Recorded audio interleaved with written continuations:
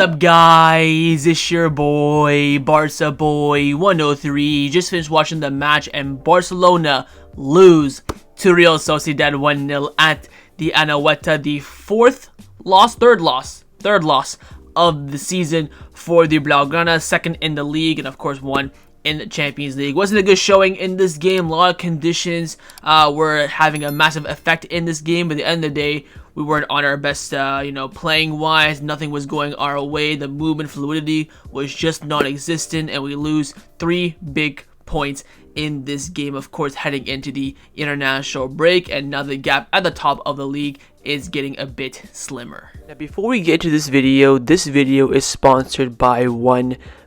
OneMix is a new upcoming sneaker brand that has some of the best designs I have seen from a sneaker company in a long time. First of all, their box is stunning. The shoes are fantastic. Comes with specific socks as well that you can wear with these shoes. The comfortability, mobility, endurance of the shoe is top notch. It's basically like a high level shoe for affordable price. It is ridiculous, and you look fantastic wearing it as well. On their website, they have a variety of different options, designs, different kind of sneakers and shoes as well that you can pick from, all free shipping as well. So make sure you click the top link in the description down below and check out OneMix today. The starting lineup for this match is on the screen right now. It was Iñaki Peña in goal, a back four of Kounde, Cubarsí, Inigo Martinez, and Alejandro Balde, midfield three of Casado, De Jong, and Pedri, and a front three of Fermin Lopez, Lewandowski, and Raphinha. It was actually Fermin Lopez playing on the right wing due to the injury before the game of Lamine Yamal. Pedri in the 10 as well. We have, of course, the two just coming into this game, but again, the team lineup at the beginning was a bit questionable, but we kind of let it slide. But clearly, based on how the game went, it wasn't the right team to start the game off with. So overall, the team performance rating on the night, I'm going to be giving it a 5 out of 10 below average. I'm seeing a lot of people saying this is our worst performance of the season, and I could not disagree more. I think Osasuna was worse. I think that second half against Espanyol was worse. I think that last 20 minutes, or the 20 minutes after Eric Garcia's red card against Monaco, was worse. I don't think we were super poor in this game. We just underperformed. I think the conditions of the pitch, of course, both ways weren't favorable for either team in this game. Of course, the goal we did concede was a mistake based on the conditions as well. Cubarsí slips, they go in behind and score. Iñaki Peña's ball didn't connect, wasn't successful. Casado lost the second ball in the air, and then Cubarsí slipped. It's a very unfortunate goal to concede. Of course, they missed a few chances as well. Sociedad, they won the first minute. The other one that Brais Mendes blocked, and then the other one that Oyarzabal missed the open net. But on the Barcelona side, of course, the big question is going to be on the Lewandowski goal. Since we lost this game, we should be filing a massive appeal to La Liga to replay this game, but of course, that's not going to happen. They'll probably just say, oh, sorry. That's pretty much all they're going to do. This should be replayed based on that horrendous decision that, if we go 1-0 up, I guarantee you we don't lose. We might have maybe drew.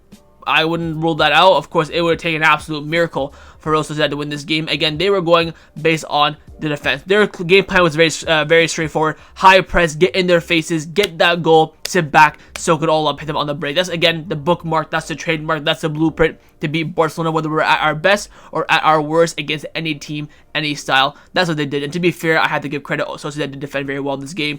But for Barcelona, when we got into the final third, we were just absolutely clueless. I think Fermin Lopez out wide, the fluidity in that front four was just non-existent. Pedri in the 10, Fermin on the right wing just did not work whatsoever. I've been screaming for how many weeks now not to put Pedri in the 10 unless it's against bigger teams, against your Bayern Munichs, your Madrids, your Cities, your Arsenals, when there will be space in behind for Pedri to occupy. It's better, but when they're so compact, Pedri is much better as the deeper 8 to create space instead of trying to find the loopholes in the final third to find that final ball. That's why Olmo looked much better coming in that second half. I think that front four, again, no fluidity. I think the back line, the double pivot were fine, but again, there's a lot of misplaced passes, and then we started to panic once we hit the hour mark as well. We just didn't know how to create. It felt like we lost our creative edge. We talked about a lot this season how we had so much creativity. We create out of nothing, and we always are clinical with it as well. Today, we saw a lot of the issues of last season, which is lack of creativity, which of course costs us a lot. I don't even think we definitely didn't have a shot on target in this game. I don't even think we created a clear-cut chance apart from the Lewandowski goal, I guess. I don't think there is another chance whatsoever in this game. That's because, again, that final third, transition especially, was just poor from Barcelona. And then the last 10 minutes, we're just crossing it into absolutely nowhere because Sociedad had the 8 defenders in the box, and we're just trying to find the one poor Polish guy, Lewandowski, to connect the header with. That's what I hate about Barcelona. When we panic, it's just crossing, inshallah. It's peak haram ball when Barcelona are panicking. That's why we look so good during the season, because we like to take our time, make some movements, and then finish and create chances. But when we're panicking, it's just cross and pray. We don't have like Luke de Jong to come off the bench. We're trying to cross to, 5'8" Dani Olmo, 5'9" Ansu Fati, who are great in the air when it's 1v1. When you have 8 defenders around you, it's damn near impossible. We didn't even chuck a PK up front. Inigo or Kubarsi didn't go forward because of course we still had to hold the defensive line. So I think we just ran out of options, and we weren't too thoughtful with how to create chances in those dying 10 to 15 minutes. So overall for me, not a good showing. But again, we moved. The team have done so well this season that I can go by with the loss. Again, you're not going to go the whole season undefeated. You're not going to go the whole season without losing a game. There's too many games for that to happen. There's going to be some slip-ups here and there. But again, at least the identity and the philosophy was there to, rely upon for the future. But I still think Barcelona didn't play well today. And I'm going to be giving a team rating tonight a 5 out of 10. Let's now get into the players' individual performance ratings. We'll start with the goalkeeper, Anoeta Stadium, and I'm going to be giving him an average 6 out of 10. Could have been a 7, could have been a 5 or a 4. I think Anoeta Stadium had a very ropey game in the sense that he made a lot of mistakes, but did a lot of good things as well. Mistakes for the goal, you can give him some credit for as well. There was that chance in the second half where Inigo saved his ass. He was so stagnated in his goal. I thought Ter Stegen was back in net. Brais Mendes was running on him, and he was just staying still, and he was moving his feet like twinkle toes, so hesitant to come out. Inigo swoops in and save him. That was shocking, but a good save on the free kick. Bit of a swaz on it, so they had good reflexes. Came out that one time to catch the Real Sociedad striker out. I had that chip save as well, so it's a bit of 50-50 mistakes and good things from Anoeta, but I mean, let's hope for some consistency in the future from him. But give him an average 6. Don't want to really, go in on him too much. I don't think he was one of the main problems in this game. Now for the defense in front of him, of course, center back partnership. Firstly, on the right hand side, it was Pau Kubarsi, and I'm going to give Kubarsi a 7 out of 10. I will say this: I would have given him an 8, but I did knock him down a rating for the mistake. Even though it wasn't really a mistake, he slipped. It was piss pouring rain in the Anoeta. So can I blame him for that? I don't know. But I will say this: if Kubarsi did not play this game with the mask, of course, result would have been much worse. Of course, we still lost, so I mean, doesn't really matter. But Kubarsi was sublime. The amount of clinical tackles he had in this game was disgustingly fantastic. He saved us on multiple occasions, and if Sergio Dominguez was in that scenario, I think he would have done much worse. Maybe would have done, reasonably more better than the Osasuna game, but I would not have trusted him, especially since he has not played since the Osasuna stinkers. So Kubarsi coming in for this game would have been a lifesaver. If we nicked that game, we nicked this game 1-1. We scored in the last second. I would have came on here and gave Kubarsi the man of the match. That's how good he was in the defense for me. I think he was fantastic. Apart from, of course, a mistake, bit of a slip up here and there, with possession and stuff like that, but that's pretty much everyone's. That's why I'm giving, the consistency there. So 7 out of 10 for Kubarsi, and his center back partner on the left hand side was Inigo Martinez. I'm gonna give him Inigo a 6 out of 10. I don't know if the boos and whistles got to him, but he wasn't that great today. He was good off the ball, defending in spaces and aerially and on the ground, but on the ball in possession, looked very, very sloppy. Had a lot of misplaced passes, way more than what we've seen from him over the past few weeks. Again, I don't know if it's the pitch, the ball moving not well on the ground, the whistles. I don't know what it was, but I think he wasn't that great on the ball. So that's why I give him that 1 mark down. I think on the ball, he still defended very, very well in the game. Started a lot of counterattacks, still defended very well. That tackle, like I talked about, Anoeta Stadium, where he came and saved him, was fantastic. That was easily a goal for Brais Mendes. But I think on the ball today, Inigo Martinez wasn't the best. So I will be giving him a 6 out of 10. Now for the fullbacks. First on the left-hand side, it was Alejandro Balde. I'm going to give Balde tonight a 5 out of 10. I think, again, he was very, very poor. People talk a lot about what's Barcelona's main problem. Oh, if you go to the transfer market now, what will be the main thing that you strengthen? And a lot of people say fullbacks. I'm thinking, oh, we have alright fullbacks. I'm starting to see the light because we'll talk about the other fullback as well, but they just, unless the team is playing champagne, Hansi Flick ball in full effect, they look so nullified. I don't know what it is. I think Balde's speed is very impressive. We, of course, saw in this game, but he got cooked by Takakubo for the majority of this game. His crosses were terrible, yet again, there was a moment, remember that when he went to cross the ball in the last second, That, of course, hits him, goes off for a goal kick. The referee called full time after that. Daniel Olmo was there for the cutback. I think Balde, when it's panic time, like the rest of the team, he's just byline, cross, sprint on the byline, cross.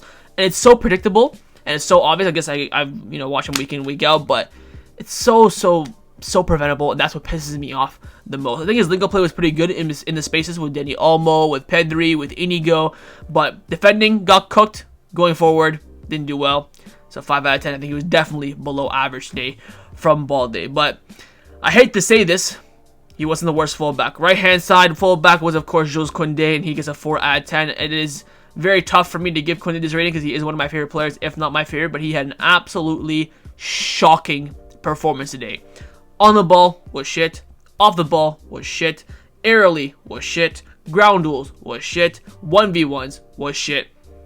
He was terrible at everything. The only reason why I gave him a 4 is that we didn't concede more. If we conceded, 2 or 3-0, he'd be getting way more of a pounding. He got absolutely rinsed down the right-hand side, no matter who it was. He's getting bullied as well. I'm thinking, mate, you flex that you work out, 5 times a day. You're skipping training to go hit the gym and stuff, and you're getting out-muscled by Becker.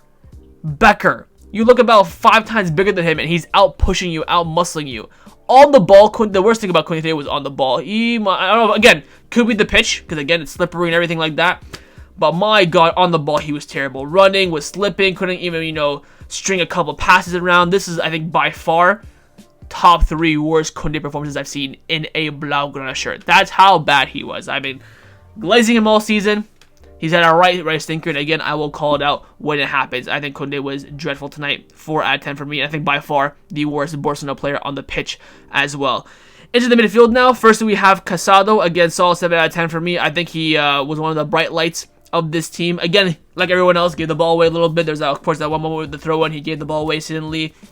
I think everyone was doing this as the kind of the norm of these ratings, but I think he won the ball back a lot very well. Played a little Kimmich role right back in the last few minutes, making overlapping runs, was doing everything. So we're impressed that he's able to be a bit versatile in that sense. But I will say this, Casado's crossing today was beyond shy. We talked about Kounde on the ball. Casado's crossing today was crap. There's a lot of moments, especially when he was at right back, in the final, 10 minutes, 7 minutes of the game, we're relying on him to whip in some good balls. Could not beat the first man in like 95% of them. I mean, his crossing today was some of the worst I've seen. I think on the ball, in possession, when we were comfortable in that first half an hour, did really well. Won the ball back so many times on Sociedad counterattacks as well. I think without him, we would have been a much worse result. And that's when Flick was making his substitutions. I'm thinking, please do not take off Casado, take off anyone else. Pedri, De Jong, Lewandowski, Inaki Peña, whoever you want, just gotta keep Casado in there, and he did that for that reason. I think for winning the ball back in the midfield, his tackling, his recovery is very good. He did well in that sense. I think on the ball today, stinker like everyone else. Now his pivot partner with, of course, Frankie De Jong. I'm gonna give Frankie De Jong an average 6 out of 10. I think his performance is being very overshadowed by one simple thing, and that is an agenda. I think a lot of Barcelona fans want to see more from Frankie. So do I. But you cannot tell me he had a stinker. I don't think Frankie had a stinker whatsoever. I think he was average. I think that first half an hour looked fantastic. He got 2 big knocks in this game. He's not injured. Apparently, Sport came out at halftime saying that he subbed off for discomfort, whatever the case may be. He had 2 big knocks in that game. Knee-to-knee clash, and then a stud to his ankle. 2 very hard hits, and that's why he was kind of limping the last 5 minutes on the ball. But I think Frankie De Jong was doing very well in that first half an hour. Of course, the run he made for the Lewandowski goal was absolutely sublime, and that for me is peak Frankie De Jong. Picking the ball up in the midfield and making those driving runs forward in the final third and making those correct decisions. Of course, on the ball, in possession, helping win the ball back. Again, he cannot be the main CDM like Casado, but being that helper and then having that license and freedom to run forward and create space and create chances, that is the best Frankie De Jong, and we saw that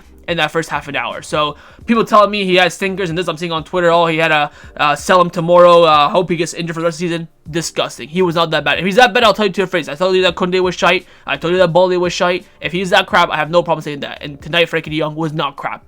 I think everyone in this team was poor, of course, based on the result, but I don't think Frankie De Jong was crap tonight. I think he was average, and he gets a 6 out of 10 from me. Now for the final midfielder, of course, in the 10, it was Pedri, and I will be giving Pedri a 7 out of 10. I think in that first half, he didn't do too well. Again, in the 10, Pedri just looks, especially when he starts in the 10, he looks so, I'm not going to say bad, but he just looks, it looks like he could be used in other places so much better. That's my issue. I mean, if you want to change Pedri and during the game to a 10 to maybe surprise the opponent, change something different, sure. It happens sometimes. It worked really well, of course, in the Clasico. But to start him off there, I feel like it's such a waste of his ability. And we saw in the second half, when he went into the 8 with Dani Olmo in the 10, looked so much better. I think his first half was a 5, and his second half was like a good 7.5. That's like kind of average to a 7. I think on the ball, he was probably definitely the best player on the ball, despite the fact he gave away a few passes. His crossing, oh my god. His crossing was as bad. Everyone's crossing today was shy, but his crossing was as bad as Casado. Could not be the first man to save his life. But passing into space, recovery runs as well, was absolutely fantastic from Pedri. In that first, half an hour, especially before we conceded, he was working the pockets very well as well. So I don't think he had a stinker. I think he was definitely one of the better players and definitely one of the outfield players that can walk away with their head held high a little bit. But I think, again, that comes down mainly to Flick, not really to Pedri himself. So I will give him a 7 out of 10. Now for the front line, firstly, on the right-hand side, it was Fermin Lopez, 4 out of 10 for him. Listen, I talked about Kounde being the worst. Fermin Lopez had a generational stinker, in my opinion, but I don't think it's down to him. I think it's mainly down to Flick putting him in a bad position. Now, I'm not saying, it's Flick's fault. Of course, Fermin has to go out there and perform. I understand that, but I think Flick kind of set him up to failure to begin with.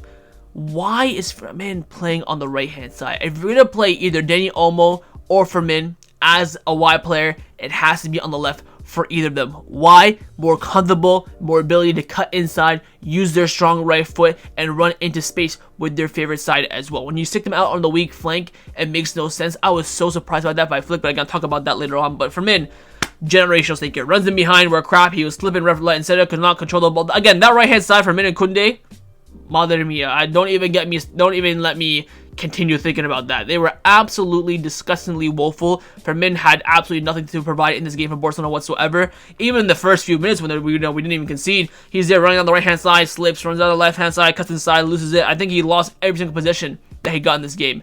Absolutely poor from Fermin. 4 out of 10 from me. Left winger was Raphinha. I'm gonna give Raphinha an average 6. Did nothing. I mean, I don't want to give him like a 2 for doing nothing, but like, nothing came his way. Everything went down the right-hand side. That stinky right-hand side, everything went down there. Even when Ansu went to the left wing as well, nothing was going down the left-hand side in this game. I don't know what was up with it. I think Raphinha had some good movements. He had that fantastic move in the second half as well when he moved to the right wing, where he kind of sent few Sociedad players packing, which was nice to see. I think his decision making was a bit of the Raphinha of last season. There are a lot of moments where he could have switched it to Baldi or Ansu on the opposite flank because the space there was wide open because all the Sociedad players were in transition on his side, but always passing the middle. Very conservative, I would say, from Raphinha today, but I'll still give him an average 6 out of 10. I don't think he did really enough to be lowered to a 5. And the same either goes for Lewandowski as well. I will give him a 6 out of 10. People are going to say, oh, he did nothing, blah, blah, blah. Look, got a goal that was wrongfully disallowed. I think his hold-up play was okay, but his, again, decision-making was very, very, I wouldn't say poor, but, like, very conservative. Again, same thing with, like I said, about Raphinha, but my God, he had nothing to do. He did a lot of the dirty work in the sense he was making so many dummy runs, holding up about 8 Sociedad defenders on his own. Very, very difficult display for Lewandowski, especially in the conditions that he was set in, but what can you do? I think he didn't do anything to really lower the rating. I just think he was average and nothing really came his way, unfortunately. Now for the substitutions, the subs were Dani Olmo, Ansu, Gavi, and Pau Victor. Gavi and Pau Victor looked alright when they came in, to be fair. Again, just fresh legs coming in, I feel like is why they looked really good, but I would love to see them get a start at some point. Ansu. When we were all crying for Ansu, whether it was at halftime to come on, we're like, alright, natural winger, get Fermin the stinkiness off, get a natural wide player out there. This is why I sold my socks with Ansu in July, and I do not regret it whatsoever. I don't think he played well.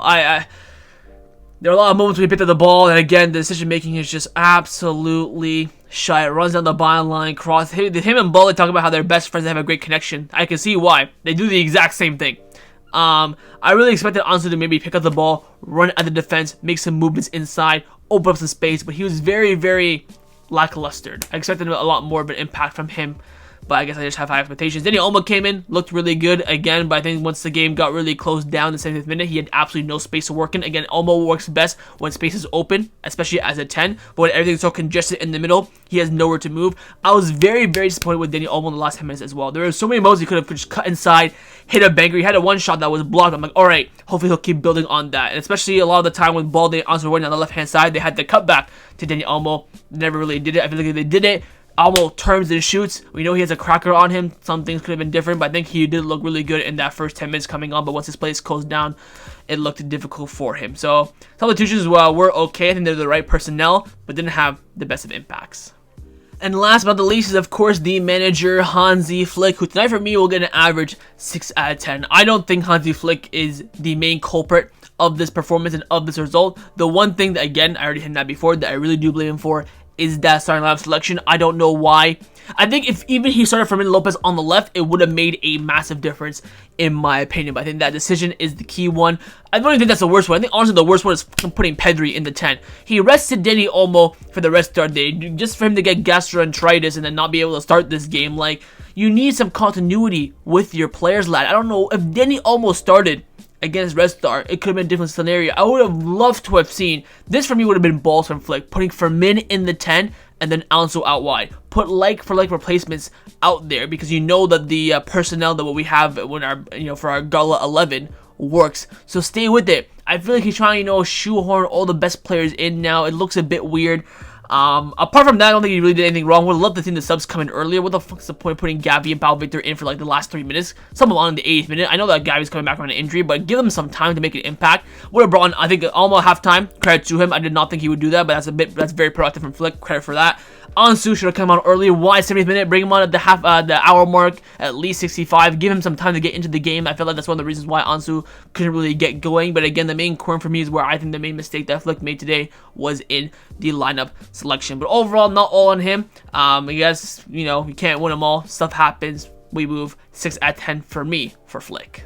So that's the match review for Real Sociedad versus Barcelona in La Liga. Hopefully you guys enjoyed this video. If you did, of course, make sure you drop a like down below, and of course in the comments down below as well. Let me know your thoughts on everything we discussed. Of course, the main thing I want to know is your thoughts on the performance, your player, and manager rating as well. I don't feel too down about this game because we've been playing so well. There's going to be a little bit of bumps in the road. It was a tight game, narrow loss.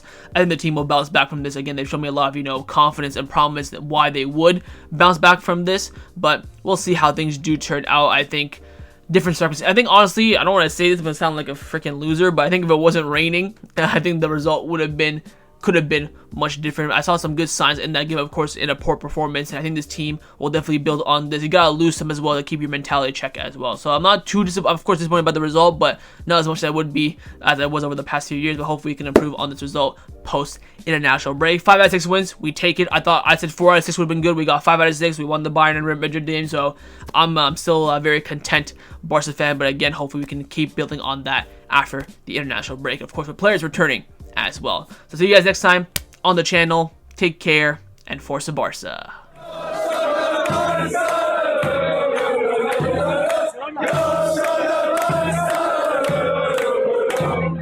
Yeah.